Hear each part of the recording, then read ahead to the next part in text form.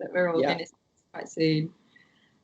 Go ahead, yeah. Yeah, well, just next Monday at 6:15 British Standard Time, it's my first digital show, Catholic Fairy Tales, which is kind of what's brought me here anyway today for this mentoring session. But we've met a few times before over the past year, I guess now. I'm Patrick. I'm a sustainable fashion designer in London, and like to work in ways to change different systems and also education, creative education and system change within the fashion industry. And think it's our job as a designer to design those things as well as designing clothes. And I don't know if you want to introduce yourself as well. Yeah, I'll do a really quick one. I'm Brooke Roberts-Islam. I own an innovation agency called Bria, and we do sustainable and fashion tech innovations. We do projects with brands and manufacturers. And also I founded a publishing platform called Textiler, and I'm really here today more, I guess, in that capacity. At Textiler, we cover fashion tech and sustainability from a global perspective. And also I write for Forbes. I'm their senior contributor on sustainability and fashion tech. I've been in the industry for 20 years or something, and I've had my own brand. So I think I'm pretty well placed to nurture and certainly share my experiences from an analog fashion system and also a digital one. And actually that's how that's not how we came to meet. We met more in a kind of workshop context, didn't we? But we met again more recently at a panel discussion that I was reading about digital design and IP, and this was pre-COVID. And you were in the audience, weren't you? So maybe about how this digital journey started there. Yeah, because I think at that time I knew that Helsinki Fashion Week wanted to include digital things, but obviously it was still going to be a physical show as well. So I hadn't really thought about it that much. And, when you kind of hear different things, but I don't know about you, but I certainly felt at that time that the sustainable fashion movement had ended up becoming as quick and fast paced as the rest of fashion, which I always hoped wasn't the point, but it got like that. And it was literally the weekend before the lockdown, I think, in London, or even sooner. It was so close, and you were doing this talk, and I remember like thinking about the things you were saying, and I was like, wow, if you can do that, imagine if you can remove the sampling process, you can remove the toiling process, you can cut straight to, it's a bit like when I worked at Burberry and I started to learn about knitwear. I described it as being in a playroom and then someone opened a door that you didn't know existed. And I think it was a similar moment when I was listening to the talk, because as a creative person, you'll know the same. It's like the floodgates open to a new thing that you didn't know about before, and then suddenly all you want to do is try that. So that was really fascinating. And then obviously being kind of on lockdown kind of, I think, made digital things come into fruition faster than maybe they were doing before. So I think it was oddly well timed, that talk. Although obviously it's been awful the past few months, but I did find it really fascinating. And then to kind of be seeing, especially with there's a few brands now that have released some digital things, and it's been quite interesting seeing how people are approaching it.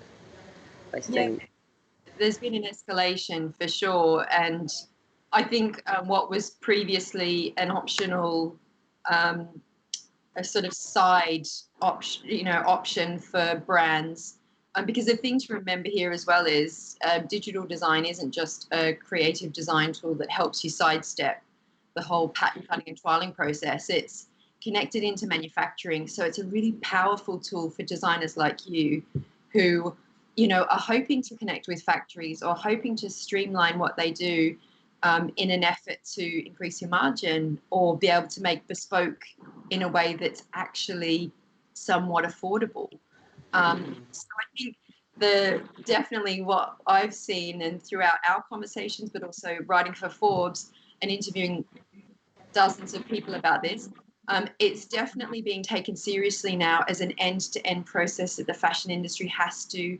implement in order to save time, waste, money, and optimize profit. So it sounds businessy, but like for all of the designers like you who have sort of exhausted what sustainability can offer you at the scale that you're at, and with the access you have, this is a tool it's like you said, it's like opening a new door, and it's also a sort of, it's something that you can take on. It's affordable, it's accessible, it's at your fingertips. You don't have to, be in contact with a high-tech factory to enable you. It's online. It's the tutorials are there. It's it's at your fingertips. So that's exciting. And that was something that I found really interesting when we were doing it with the digital people in Paris, that really is very respectful of the traditional. Just you do have to have an understanding of how clothes fit together to use it. Like, you can't. It's not going to pattern cut for you yet. I'm sure it will at some point, but at the moment it's not. And yeah, there was loads of skills that I value in myself when I'm making clothes physically that I use a lot then as well. And I had exactly the same conversations that I have with physical seamstresses, and not that these people aren't physical, but the digital process was very similar in that sense, that you kind of do have a fitting and all that, but it's just a different way of doing it. But as someone, like I was saying this yesterday as well, that as someone that uses brands' waste fabric and things, it was the first time in quite a number of years where I've had the option to use whatever colour and whatever fabric and however much of it I wanted to use. And that was also really refreshing, just to be like, woo, which was really nice, actually.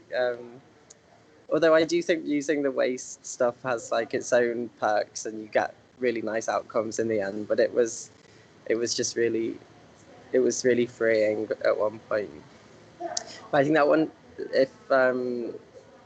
I think that also brings us on to like the other points that we touched on, especially following on from that talk with Swim XYZ before lockdown as well, is about the intellectual property behind designs. And as a designer that was very much analog before, it's something I hadn't really considered, and that's obviously you have a lot of research and expertise in that, so I think that's an interesting thing to share to help people like me, I think, that maybe haven't considered that it's kind of a different space to the analog fashion world. What you're required to do if the 3D designs are being created externally to you, as they are in this case by an agency in Paris, the implications there are that you're handing over, even if temporarily, the design, copyright, and trademark of your design to a third party. And that's absolutely fine. But 3D assets that they create, they will own. So you retain the design, copyright, and trademark of that original design, but they will own the 3D asset. And you can handle that in a few ways. And it really comes down to what the implications are down the line. So if you want to be able to use that 3D asset, say you want to create a show down the line and use those assets in a different way, then you need to make sure that agency signs an agreement with you to hand those design rights back for that 3D asset. If it's a one-off and you've got an agreement that they're not going to use your designs in any other way or for any other brand, then perhaps it's fine for them to hold on to them as long as they stick to that agreement. I think the bottom line here is, though, that we assume that when we've created something that we will always own it. And And going into the digital realm, it gets a lot more murky. There's something called licensing, which is really kind of pivotal to this. And licensing is an agreement that you can set up where you let someone use your 3D assets for a specific time for a specific purpose. So if you take your ownership of your 3D assets back from the agency, and then you want another creative agency to put them into a show, then you license the rights to that agency to use your assets for a time. So these are just all things to consider. Of course, if you get the 3D software access to Clo or Browseware's Lotter and B-Stitcher, and the 3D design's done in-house by your employee, you own all of it. It's just the case that when a third party is using a software license that they've paid for, they own the assets created on that software. Right. So, and how does it work if you're an individual using the software that's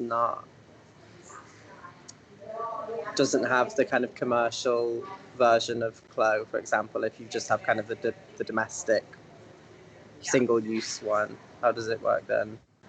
So it depends. You have to read the T's and C's, boring. But I can explain to you how it works for Browseware, Okay. which is the biggest 3D fashion design software in the industry, actually. It's been around for 20-something years, and it's used by 650 odd global brands. So I had a call with them last week, so I can tell you what happens there.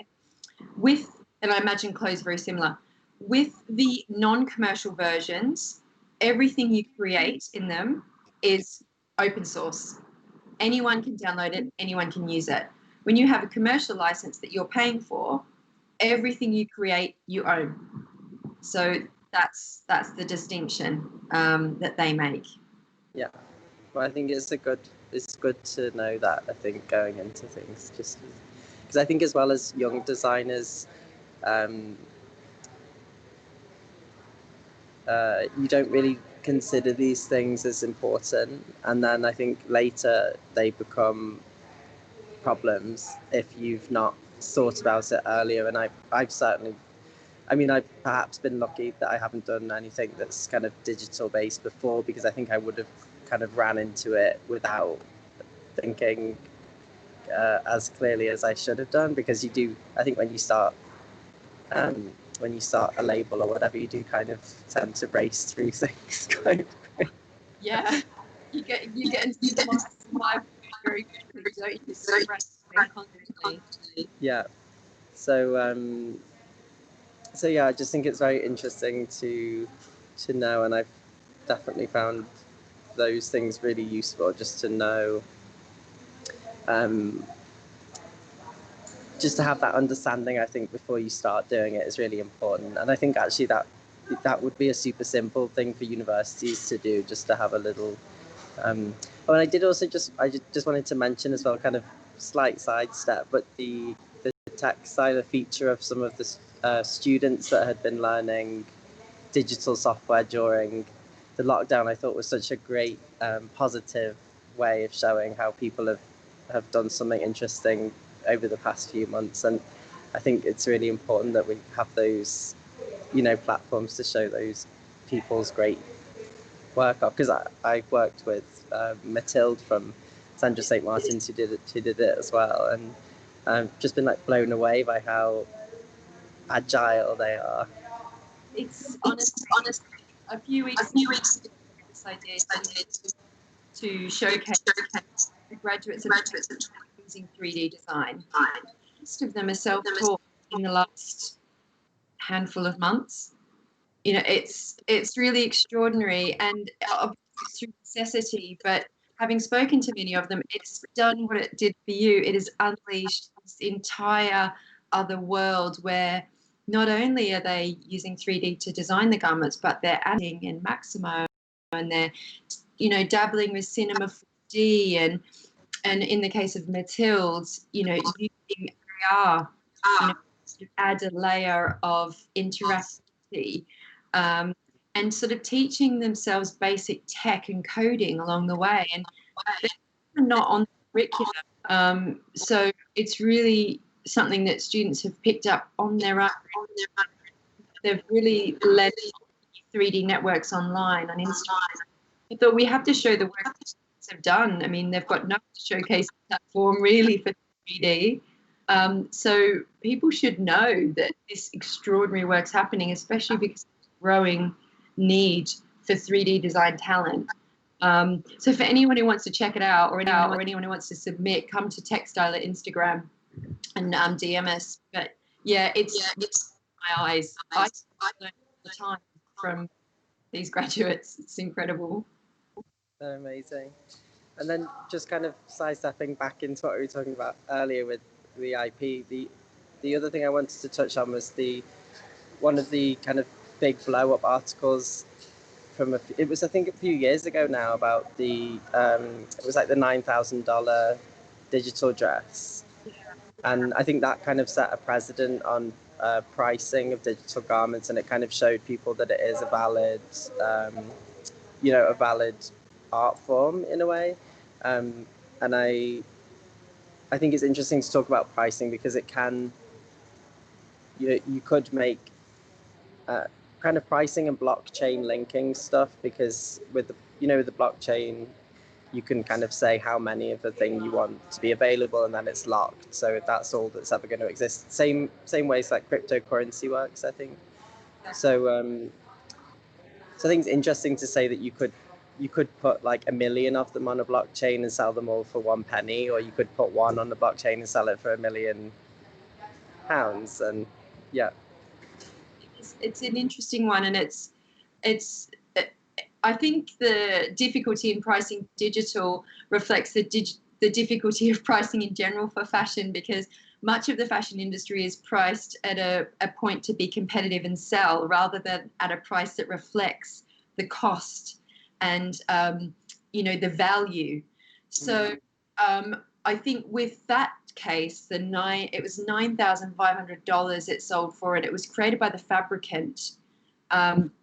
And it's quite unique in that it was a one-off digital piece of couture that was being auctioned for one buyer, and then amended to that buyer's body size so they could wear it in the digital realm only, and no one else would own it. So it was auctioned and created on that basis. And I think the cost reflects the time. I mean, this is something people don't often realize, and I'm sure through your process you'd be able to explain this, is that the time that it takes is considerable. People assume that digital is really fast, but actually you have to craft things just with digital tools.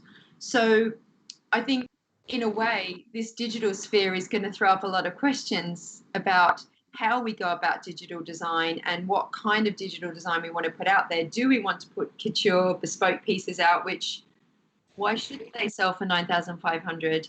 But then you may also want to make T-shirts where you can really quickly iterate and change the print and the color, and they may be, like you said, a couple of dollars. Why not? So I think it's for designers to work out their pricing model based on the cost and the value to their audience and their customers. Certainly a lot of digital design is open source right now because it's not fully accessible. In order to wear digital fashion, you need the seller to put your image and that 3D asset together.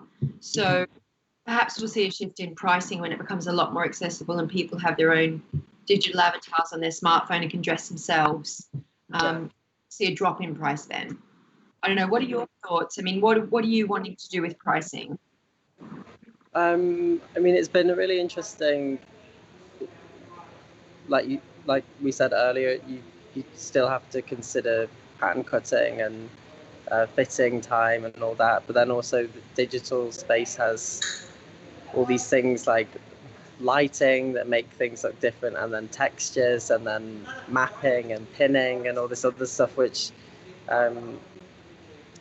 is kind of in the same way that with certain fabrics you can't touch them with the eye and you have to use the steam, and with certain things you have to roll the wool into the shoulder before you sew it on, or like curve the binding with the iron, like all those kind of little techniques that that I know how to do physically. I think all of the same versions of that exist digitally, and if you have the person that can do all the tiny finessing and all that stuff, obviously that thing's going to look better, and it should cost more because it takes a really long time, because a really annoying designer like me is requesting for bespoke settings for every single thing. So so then, you know, part of me does think, well, it should be quite a high price. And certainly I think the things I tried to do kind of push the computer programs to their limits a bit in terms of size.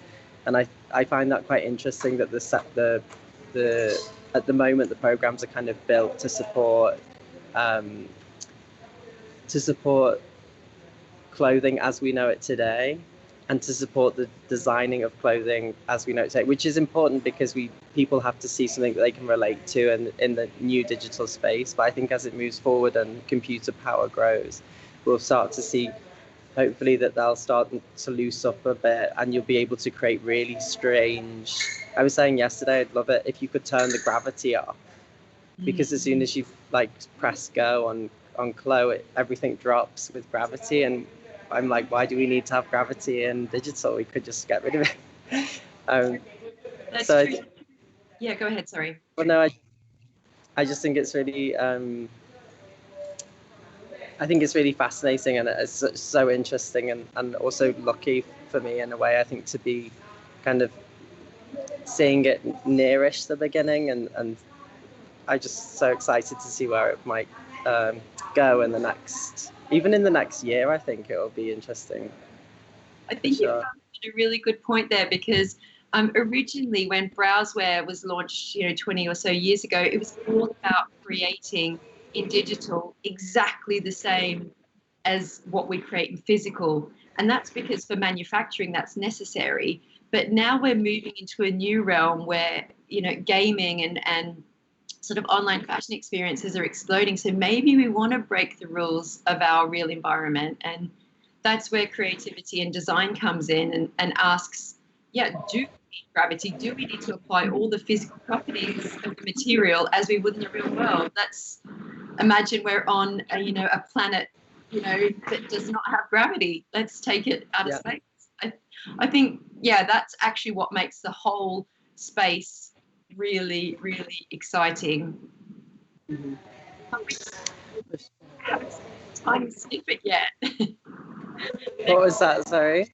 I can't wait to see your show next week. I haven't had any kind of snippets or anything. It's going to be a complete surprise. I know, so it's going to be exciting. I think I hope. I guess we'll see.